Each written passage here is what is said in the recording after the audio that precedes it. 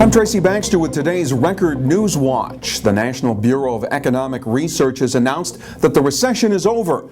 Don't try to tell that to homeowners in the city of Newburgh who find themselves staring at a 62% homestead tax hike for next year.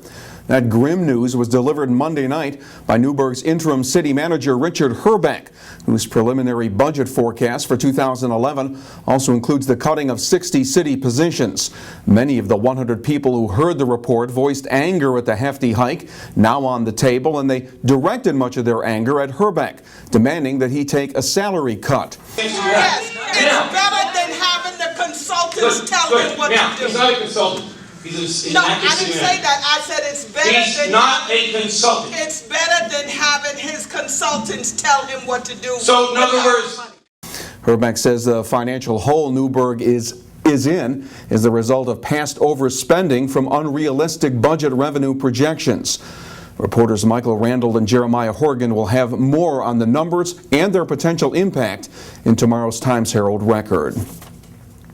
An investigation is underway to determine the cause of a fire that destroyed an unoccupied house in the village of Bloomingburg last night. The long vacant three-story structure quickly went up in flames. Locals remember it as the old Van Inwagen funeral home. There was no word on any injuries, and there were no reports of anyone living in the house. Investigators say the fire may be suspicious. Ulster County Executive Michael Hine is looking for people to serve on an independent committee that will draw up new county legislative districts. It's one of the steps that will lead to a cutback in the number of legislative seats in Ulster County from 33 to 23 members. The changes will also mean each district will have just one representative rather than two or more, a move supporters say will hold elected officials more accountable. And shrinking the size of the legislature will also save Ulster County taxpayers about $100,000 a year with fewer salaried lawmakers. Voters will elect their new 23-member legislature next year. Elsewhere, the search continues for the man who robbed a bank in the town of Wallkill Monday. Town police say the masked man walked into the Chase Bank on Route 211 and handed a teller a note demanding money. He ran out with an undisclosed amount of cash. The man told the teller he had a gun, but none was shown. Three nearby schools, Middletown High School, Twin Towers Middle School, and Mechanicstown Elementary, were put in lockdown for about 2 hours as a precaution. The Archdiocese of New York is looking at ways to save Catholic education, and as part of that effort, it will release a list of schools next month that may have to merge or close. A report in the New York Times indicated that as many as 30 of the 216 schools in the Archdiocese may be affected.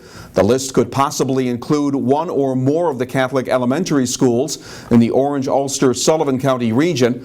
Spokesman Joseph Zwilling says parents, principals, and pastors will have a chance to respond before any final decisions are made.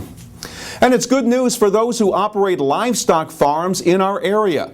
Congressman Maurice Hinchey has announced that more federal money's been awarded that'll pave the way for construction of a red meat processing facility in the Liberty area.